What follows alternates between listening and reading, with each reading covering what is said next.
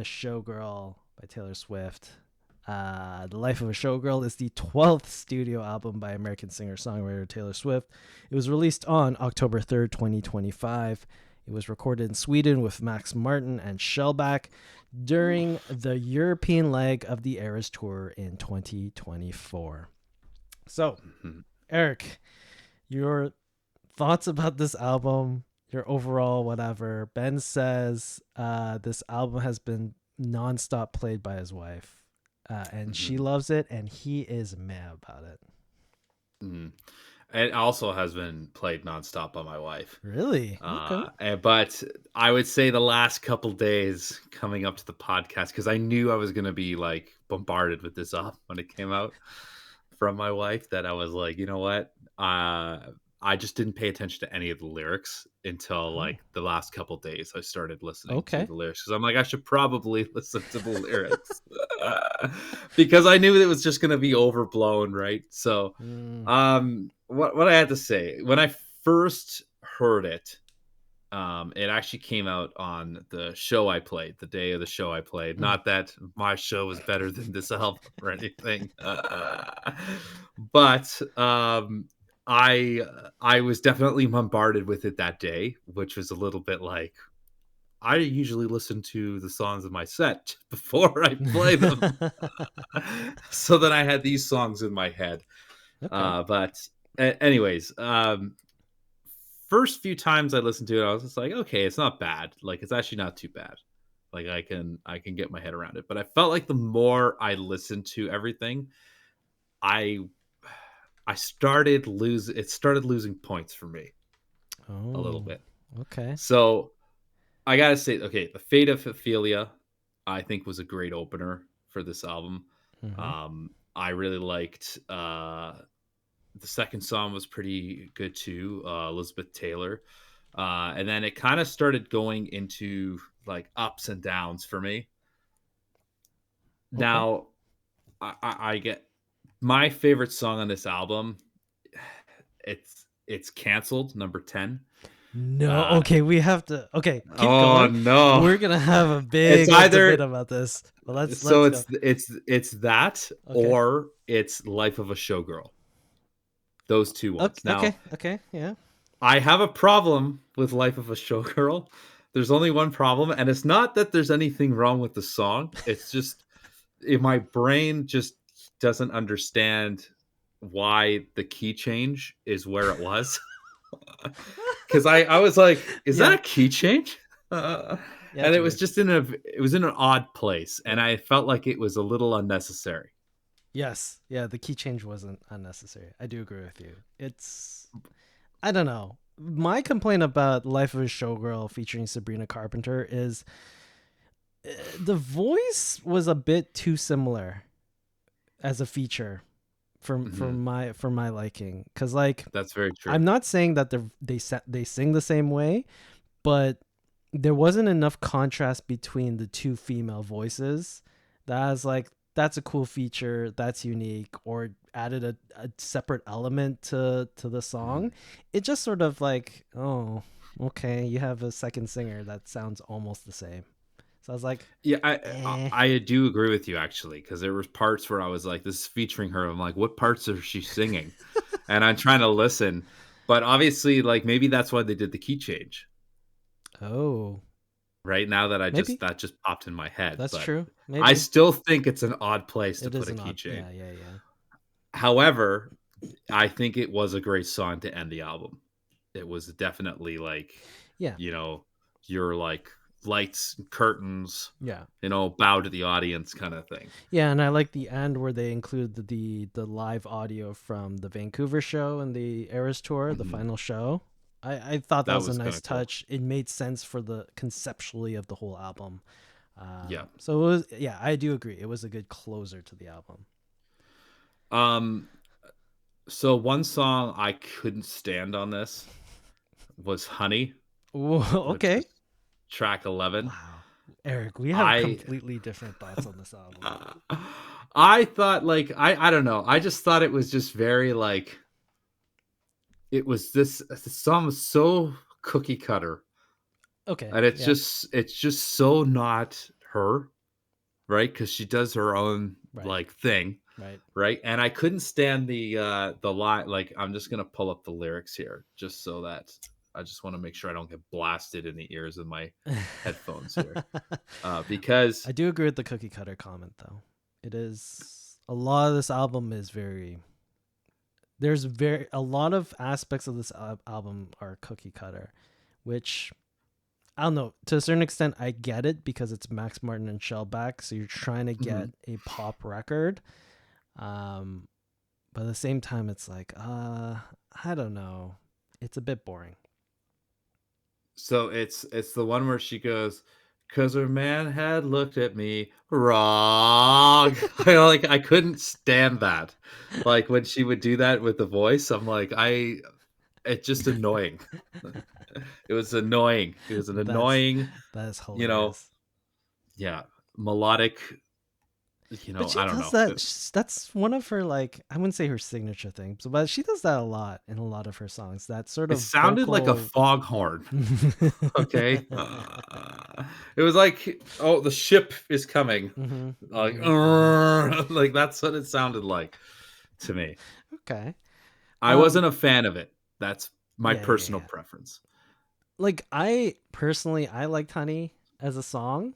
Hmm. I think the reason sort of why I sort of side on the liking this album is I felt like yes, it was a pop record. They were trying to get it to be catchy, which I think they managed that, but it wasn't overly serious because like the last album, Tortured Poets, was just such a downer, and I like Mhm. generally that album, but it was just too serious. It was just Mhm. like so conceited and just like a downer of an album. Whereas this album, it felt like she was having more fun with the songs, right? It wasn't meant to be like a serious record. It wasn't supposed to be like, these are my thoughts on life. It was just like Yeah.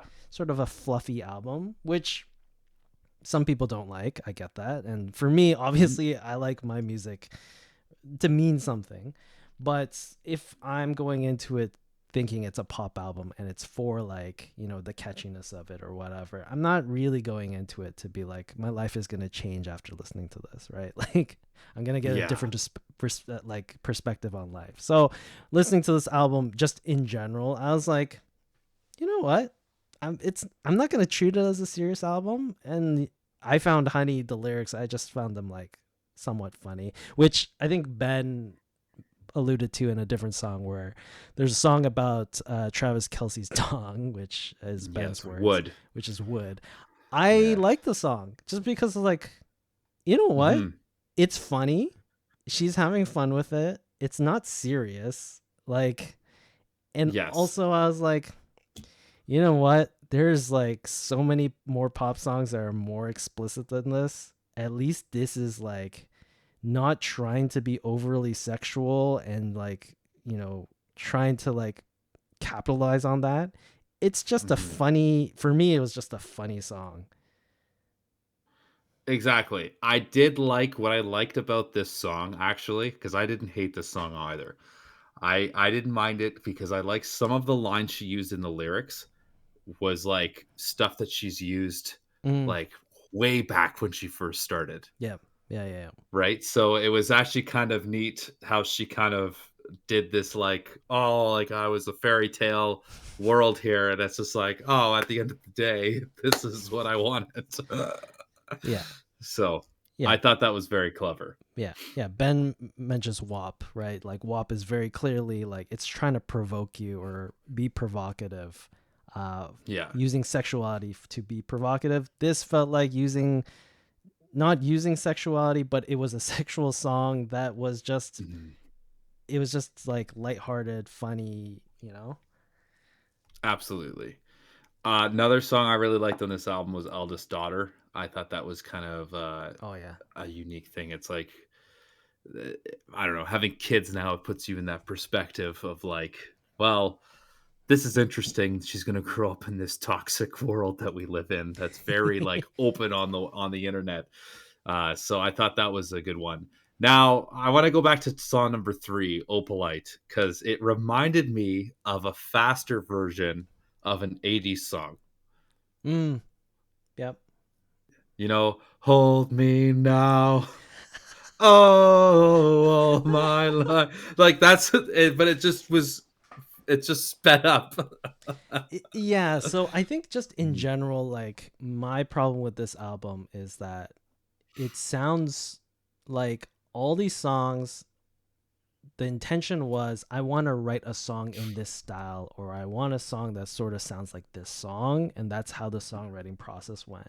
Because even what song is it? Actually Romantic. I was just like, this is just a Pixie song. Like it's definitely Where's My Mind by the Pixies. And like there's so many songs like that on this album, because even Wood, going back to Wood, I was like, this sounds like a Jackson 5 song.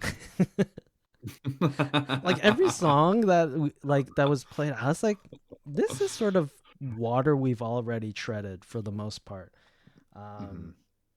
Because like in the viewpoint that this is a pop record, if I go back to the last quote unquote pop record that Taylor Swift did was 1989, I would say, like that was the big pop record.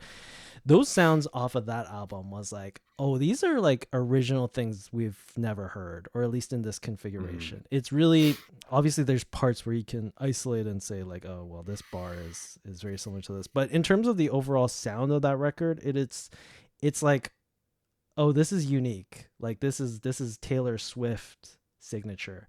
Whereas this record, every song I'm like, oh, this is like, this was done in the 80s, or this is like very 90s sounding. Yeah. Like you could just point to like a certain era of songs and you'd be like, oh yeah, this came from there, or this was the inspiration from that. So I wouldn't say it's a good or bad thing. It's just like, it's weird that the whole album for me sounded like that. And I don't know, like to a certain extent, I'm like, well, that's sort of natural. But at the same time, like, I don't know. I feel like you were reaching a bit too far, because you do have a signature sound, which you could have definitely dug into. But at a certain point, I'm like, maybe you tried too hard to make this a really poppy record. Yeah. That's very, very true. Oh, look, we got spam in the chat. Now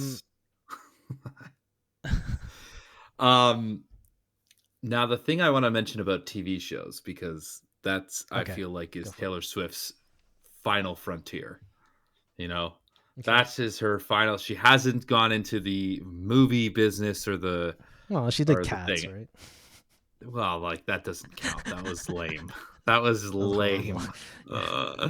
Okay, so listening to these songs, and my wife points out, 'cause she listens, she loves the lyrics, she loves her poetry and all that stuff, and blah blah blah blah blah. So she was saying how Ophelia is based off of character in folklore, because folklore, most of the songs, like the characters are all made up people. They're probably like loosely based off of people she's met. Now, I have a theory or a prediction, which will be first heard on this podcast. That I think she is going to partner up with, like, let's insert any TV like company like Paramount or HBO or whatever, and she's going to make a series of these fictional characters. Really? You don't think that's true? It's like That's a prediction. romance series. That's she's a gonna romance write a series. story with all these characters. She's gonna be maybe like a Oh boy. producer. She's not gonna, like, I bet you someone's gonna be like, I have a great idea, Taylor. This is gonna be like Twilight or something. Just like It is. It's gonna be like this most whole hit fanfic. series, fan fictional thing that's gonna just blow TV out of the water. I really hope they don't do this. These characters are not interesting enough to carry a TV show. And then next thing you know, she's gonna be owning her own like studio. Like she's gonna own Universal Studios. Imagine. Honestly, she could buy up some small studio, medium-sized studio at this point. I don't. I I listen. dislike the We're idea. not here. I'm not saying that you need to like it. I'm not saying. I'm just saying that this is probably going to happen. I could see it happening. You can't tell me that all these Taylor Swift fans aren't going to be like, I want to watch Ophelia, and August go to the mall and chase the loves of their lives. Go to the You mall. can't tell me that. That's like one of her songs or something. Meet me at the back of Yeah, the yeah, mall, yeah, I think it is, yeah, or yeah. something. Um, man, that'd be so. I hate the idea. I don't. I could see it happening. I do, like. I get your point. I don't know. Taylor Swift doing anything visually in the visual art medium is just like, I don't know, man. I don't think she's gonna act. I think she's gonna be like a writer. She's gonna Mm, do the music for it, maybe. and then she's gonna be probably the producer. Maybe it's possible. For me, she seems like just a born and raised songwriter at heart, Mhm. and I feel like she would just do songwriting. It's sort of like Trent Reznor and Atticus Ross. Like at this point, they just love scoring films, and that's what they're gonna do for the rest of their lives. Like they're not gonna do Mhm. anything else. I don't know. I feel like Taylor Swift is just born to songwrite, and anything else is just not as fun for her. But I don't know. I have the villain's name of the show. No, no. What is it? Don't tell me it's It's Scooter. gonna be no, no, you can't use his name. It's gonna be Scotty Bren.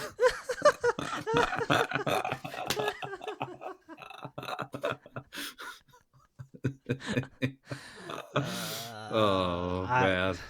I hate the idea, but I get it. That's a pretty good theory. It's a pretty good theory. Mhm, Ben saying that Michelle likes the song about the manager who took her songs and she won it back. Yeah, that's Father Figure. Father Figure was interesting. mhm, I lyrically I liked it because it was very Taylor Swift, like just scorned. What's the trope? Scorned, not scorned female. There's an actual trope and a name for it, but essentially like a scorned lover, basically. Um, yeah, but it was just like she hates the guts of that manager that never gave her a chance to buy her catalog, so she just wrote just like these lyrics that just like scorched them, right? yeah, Overall, the song, it's an interpolation on a George Michael song of the same name, Father Figure. So melodically it's similar, but if you listen to it side by side, it's like it's different enough. I wouldn't have said it was interpolation, but better to err on the safe side, I guess, in those mhm. cases, especially with a big record like this. Um, but yeah, I thought the song lyrically, I thought that song was good.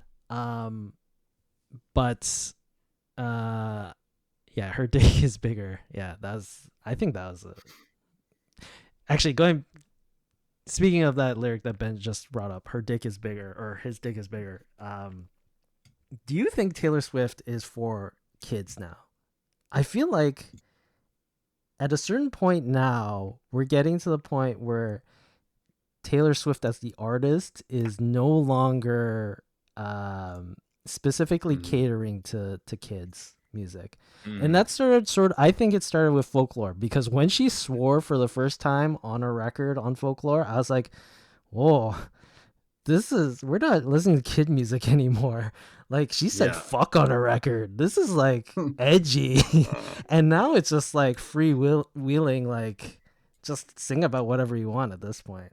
Now she's written, songs about penises. Yeah. So, yeah, I don't think she's for the kids anymore because, like, even, like, look at the song "Showgirl," like, it was very, like, Mm, very alluding to this girl who's just, like, whoring herself out just for the mm, money and the fame, right? yeah. So, yeah, I don't think so.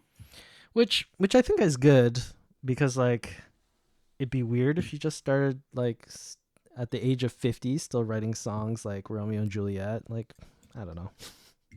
Mhm. As an artist, it's good to see you grow. So I don't know.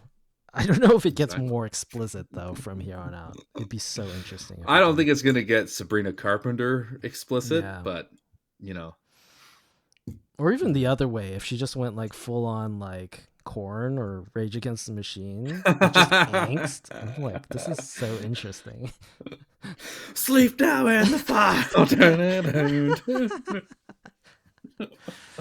Oh, um, sorry, going back to the opening track, "The Fate of Ophelia." Lyrically, I think this is my favorite song because mhm, I don't know that Shakespearean vibe that it has, and then she mixes in sort of like these newer like jargon and mhm. wordplay. Like I just like the chorus or the second half of the chorus always hits me. What's that line? Oh yeah, keep it 100 on the land, the sea, the sky, pledge allegiance to your hands, your team, your vibes. I was like, Mhm. that's really clever. That's like Very clever. it's like it sounds Mhm. Shakespeare, but it's not. It's like Shakespeare would never say your vibes. But it's a Taylor Swift way that Yeah, she writes, yeah, right? And I quite dug that song too. yeah. See, I want to know your interest. Like, why do you not like Canceled? Oh, we need, okay. So I'm Yeah. so surprised We're canceled is going your. all over the I place know. in this. We're We're not following a linear path here. okay. We're Canceled. just I hate just the song overall. Like I think melodically, like it's so boring, really. and it sounds like it's to. If I were to just put in one sentence, it sounds like a B side off of Midnight's. It's a song that came off of Midnight's but Interesting. didn't make the cut because like it's got that sort of minor sort of dark moody vibe to it that Midnight's had, um Yeah. but melodically it just didn't do anything. It just sort of Interesting. came and gone. And then lyrically, I don't know, I can't really take it seriously. Like complaining about cancel culture in 2025, like I don't know, I you're think it was more I think it was more of the, like, your friend like because yeah, the yeah, yeah, illusion, I guess, your is her friends. friend Blake Lively. It was going through her whole thing, Oh, maybe. which I never really paid attention to, so I I had mean, to actually have my wife explain what the hell what the actually happened, it could be and like a number of people in her lives, right? Like whether it mhm, be Travis Kelsey or like a bunch of what is her name, the MAGA lady, Brittany Mahomes, who's like a Trump yeah, supporter who's canceled.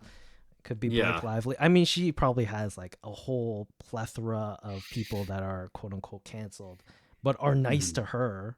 So that's why, like, why does she need to defriend them? Why does society tell her that she can't be friends with them or hang out with them? I get that, but at the same mhm. time, I was just like, does anyone really relate to this? Like, cancel culture is sort of like a celebrity thing, is it not?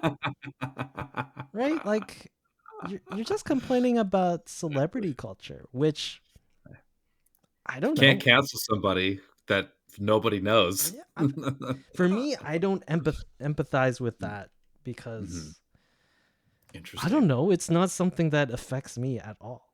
You make a fair point. I did like the dark, ominous Mm, thing of the song, and I tend to like the minor sounding songs, yep. of course. But I thought that the chorus was very catchy. Clutchy. I liked just I don't know. I just like how it flowed. Like something wicked this way comes. Good thing I take. No, hang on. I said, oh, it just fucking Yeah, good thing jumped. I like Sorry. my friends canceled. I like them soaked Well, in yeah, Gucci and in Gucci, scandal. Like my Scandal, whiskey like my sour. whiskey sour and a poison. Yeah, I don't know. It just really set the tone. I like the vibe of the song. But you do make a good point because now it's like, huh, maybe you're right. Maybe I don't give a shit about the.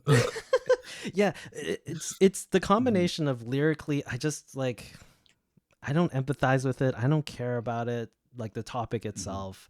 And then the melody and the mood of the song, I'm just like, I'll just go listen to Midnights if I want to hear this.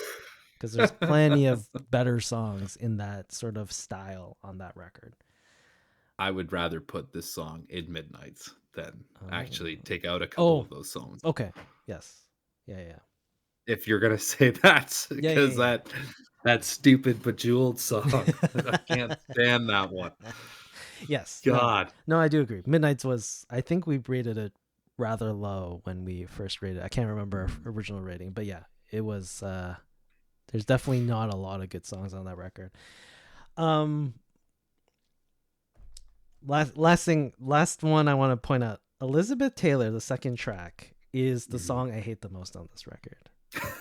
That's the one I hate the most. I hate Canceled, probably second worst song for me. Elizabeth Taylor is the worst song on this record Mhm. for one reason only, is because they overprocessed Taylor Swift's vocals to the point where when I listen to that Mm. song, Yes. I'm like, this could be any pop star. Like it's the most generic, Mhm. like, That could be Sabrina Carpenter. yeah, like the rest of the Right? record, it sounds like Taylor Swift on the record. Obviously vocal Mhm. processed and multi-tracked and whatever, right? Elizabeth Taylor, the core tone of her voice is just like, it's almost like the Dream On Aerosmith Steven Tyler thing Mhm. where it doesn't sound like her. Yeah. No, I would agree with you.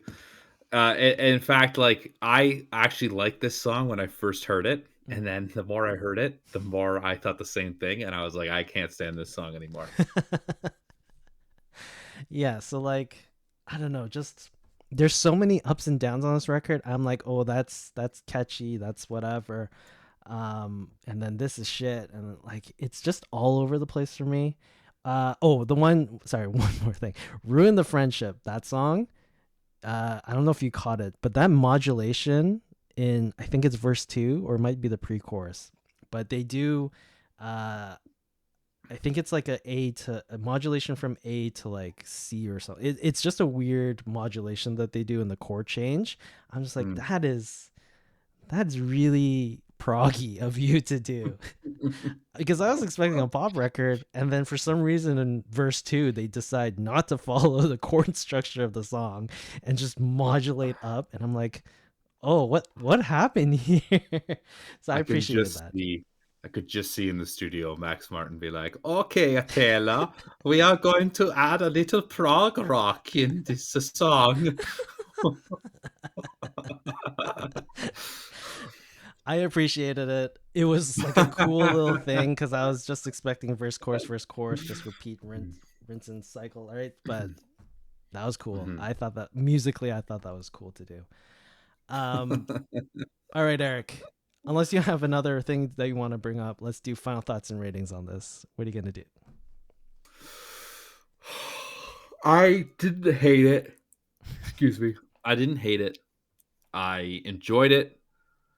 It's definitely one of the albums in the last 5 years that I'm like, I I I could listen to it and not be upset. So I'm gonna give this a 7 out of 10. Oh, that's pretty Mhm, good. mhm. Okay, okay, 7 out of 10. That's not bad. I Um, did say, just to add to that, I mm, do agree with you. Like, I think that she definitely took that cookie cutter pop thing, and like Taylor Swift has her own like hooks and all that stuff yeah. that she just didn't use, right? So, but you could tell the songs that had them, like the first song, I felt like Showgirl was one of them too. Mm-hmm, mm-hmm. So, but yeah. Yeah, I think this album just really suffers like from trying to be something, whereas like, I don't know, Taylor Swift has already done pop records, so like I sort of get it to a certain point because I'm like, Metallica, why don't you put out a real metal record? Right? It's been 20 years since you put out a real metal record. You just like keep pounding them. So I get like fans being like, oh, can you just put out another like Shake It Off so that we can all just like dance to it? Like I get that from a fan perspective, but like, I don't know, looking at the past few albums, it's just like she's sort of evolved as a songwriter to like sort of push the boundaries of what pop could be. Whereas this record Mhm. felt like she just tried to fit the mold of what pop is rather than Yeah. trying to push it out. So that's where I'm sort of sitting with it. So I'm gonna give it a 6 out of 10 for this one. Cause there's some really good parts on this record. but there's a lot of boring cookie cutter. Couldn't care about this moments on this record. Mm-hmm. So I think it's a 6 out of 10. Well, I'm sure all the Swifties will be very happy with us with our final ratings of 6, 7, and 6. You know what's wild? I saw a few people online, some Swifties online, just like, how could Taylor Swift do this to us? She put out a not a good record, and I have to go out and defend it. And just like, you guys are insane. Your favorite artist has put out a bad record, and you feel compelled to defend the record. Oh, that must be so tiring. Like, I wonder what they do if Taylor Swift is like, you know what? This whole persona of mine is a facade, and I want to murder all these people in this one particular country. I want them all dead. Like, would you be like, oh man, we have to support someone who's genocidal? Oh, how am I going to defend this? Like, are you going to say that too? Like, it's got to be so tiring just to like be such a hardcore like stan of something, and just like your whole identity is wrapped up in it. If I had to defend every single Metallica record that came out, I would just end my life, to be honest. Like, they haven't put out a good record in 20-25 years at this point. Like, I can't. I still love Metallica. They're my favorite band, but I can't can't just be like defending bad records all the time and like forcing myself to listen to like load and reload. Like, I love this album. I love this album as you're listening to it. It's just insane. Oh, that's amazing. Anyways, that was our discussion on The Life of a Showgirl by Taylor Swift. For those of you following along with us every single week, we're going to do a complete right turn, and we are going to be discussing the brand new album by John 5, famed guitarist, and his new record, Ghost. I've been listening to this a lot. I'm so excited to talk about this. It's going to be good. We definitely won't have as much to talk about as Taylor Swift, because Taylor Swift has just like a plethora of topics we could go through, but I'm really excited to talk about this record. But that'll be next week. So yeah, thanks everyone for tuning in. We're here live at twitch.tv/Crossroads Music Podcast, 10 p.m. ET, 7 p.m. PT every Monday. Catch the podcast on Spotify, Apple Music, all the places where you get your podcasts. Thanks everyone for tuning in. That was a very, I would say, healthy discussion on Taylor Swift, because I feel like the whole internet is on fire because of this record. You either freaking hate Taylor Swift with a passion, or you love Taylor Swift, and there's nothing in between. And we gave it a 7 and a 6, which I feel like and we're like, meh. It's good. Yeah. It's okay. Yeah. But anyways, thanks for tuning in, everyone. And we will catch you all next time.